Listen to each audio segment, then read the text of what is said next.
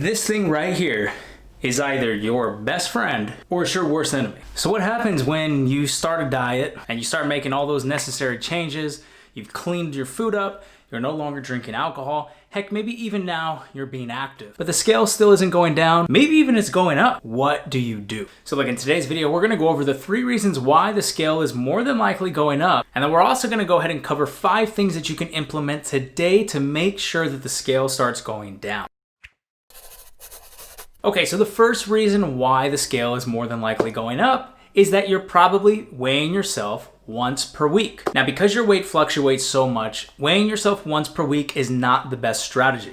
Now, I know there's a lot of people out there who probably say weighing yourself multiple times is not necessarily the most effective strategy because you can start to become really attached to the scale and it starts to determine your self-worth. But here's the other thing. Weighing yourself once a week is just as bad because it may not necessarily reflect the progress that you're making. And so now you have to understand that there is a good balance. If you're going to be weighing yourself every single day, you need to be making sure that you're weighing yourself every day for a specific reason and that is being tracked. Not just, hey, you had breakfast, go hop on the scale. And now it's nighttime, go hop on the scale. That is not the way to do it. The correct way to weigh yourself is every morning you wake up, let's say you go to the restroom, and then after you're done with that, no clothes on, step on the scale, and that is how you consistently weigh yourself. And the reason why this is so important is because now you can start to find your weekly average. And you see, testing averages is way more important than just looking at Monday versus Tuesday. Number 2, the second reason why your weight might be going up. Well, first, let's go and look at females, for example. If you're not tracking your cycle and you're not tracking your period, this could be one of the reasons why your weight is going up and you're not actually linking the 2 and 2 together. So when women are starting their cycle, their weight is going to naturally go up because of specific hormones that are responsible for retaining water. So if you're not really tracking your period and you're stepping on the scale, you might be like, oh my God, I just went up 4 pounds, but you're not actually linking that to the fact that you're probably gonna start your period in a couple. So for women, I highly suggest make sure that you are tracking your period. You can use an app like Clue that helps you understand exactly what your cycle is like and when you're more than likely going to be getting closer to your cycle.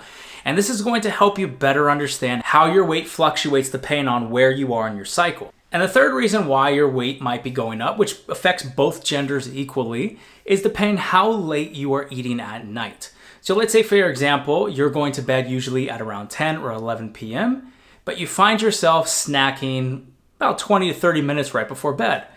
If this is something that you're doing, your body might not actually be digesting the food that you're eating, and that's going to cause a few things. It's going to be causing extra water retention.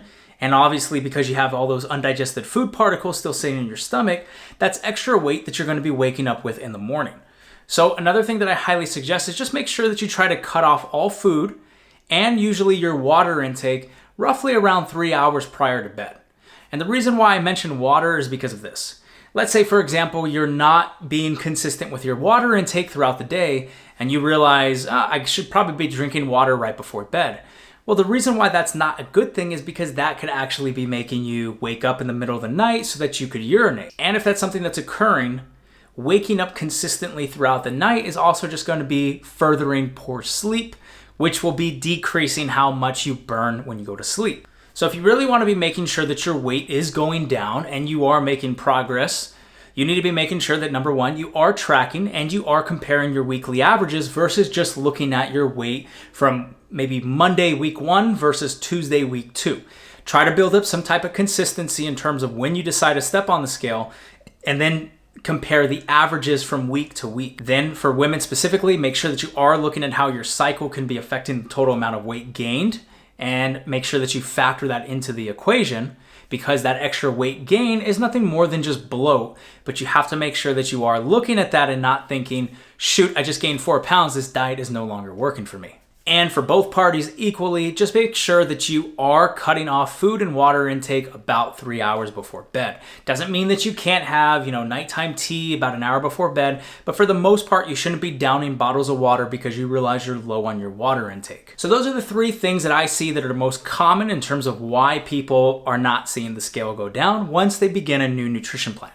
So now let's talk about the 5 things that you can do to start making sure that the scale is going down. So no matter which diet you choose, just make sure that you are using some form of tracking to make sure that you are in a calorie deficit. If you don't want to go down the route of tracking your foods every day and using something like MyFitnessPal, then just make sure that you are prioritizing whole unprocessed foods and at least eating 2 to 3 times per day and making sure that you're not grazing on things throughout the day. And for the most part, that style of intuitive eating will make sure that you are losing weight. Second thing that you guys can do is make sure that you are controlling your water intake.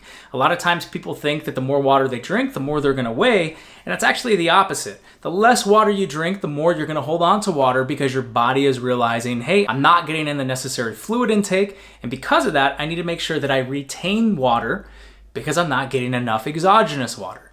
So the more water you drink, surprisingly, the more water you will lose. So in order to find the minimum water intake that you guys need, just go ahead and take your weight in pounds, divide it by 2, and then take that number and you're gonna drink that in ounces of water. So let's say, for example, I'm 200 pounds.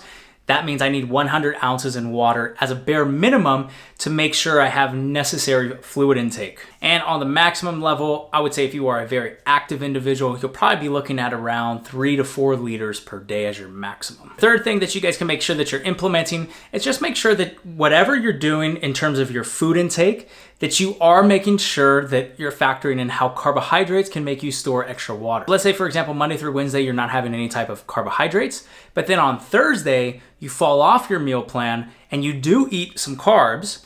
Well, then the next day, your weight is going to spike up because carbohydrates help to store water. Now, there's nothing wrong with carbohydrates. However, it is just something that you guys have to understand.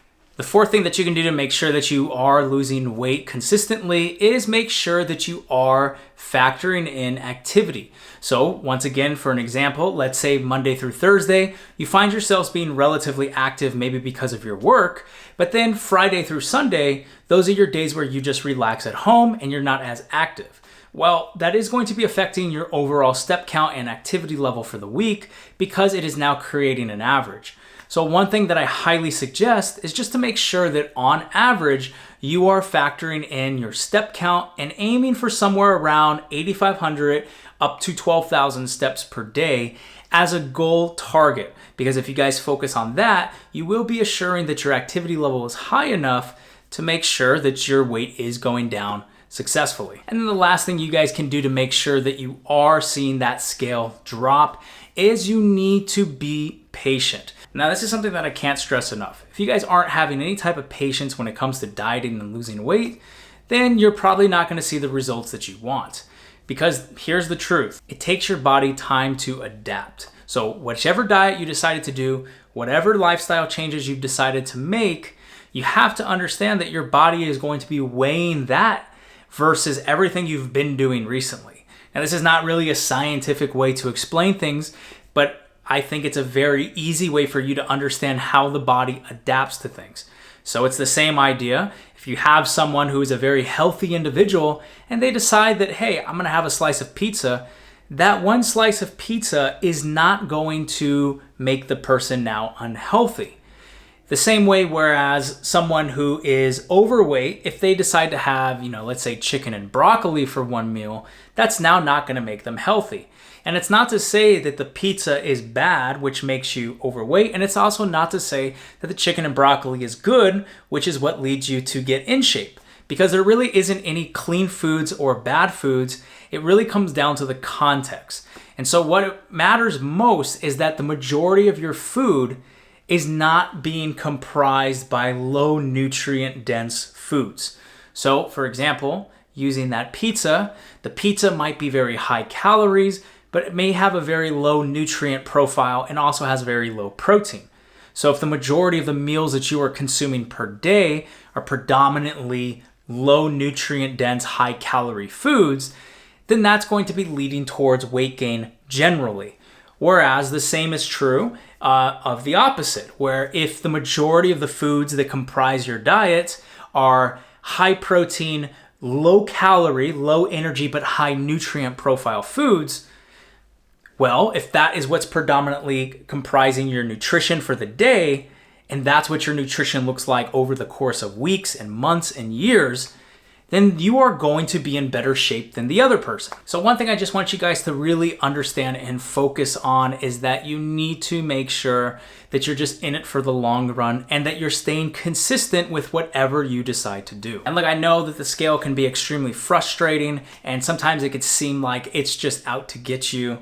But look, at the end of the day, this thing right here, it can be your best friend if you allow it to, because it can really be a good tool to help you realize, hey, I am making progress. And look, if you guys are interested in making progress and making sure you're doing the right thing, then I highly suggest that you guys check out the free ebook that I just launched, and you can find it down below in the description, and it's yours for free. Just tell me where to send it. And look, if you guys like this video and you like this content that I'm putting out each and every day, make sure to show your support by hitting that like button, and also just make sure that you're subscribed to the channel. And also, last thing, please leave a comment. Not only does it help the algorithm, YouTube has been really weird recently, whereas if you don't put comments and stuff, just the algorithm goes crazy and it's like, I'm not recommending this. So put a comment, just show your support. And also, if you guys have any questions in regards to anything that we had covered in this video, or maybe something that I had missed, please let me know. And that's it for today's video. And as always, guys, stay strong and I'll see you next time.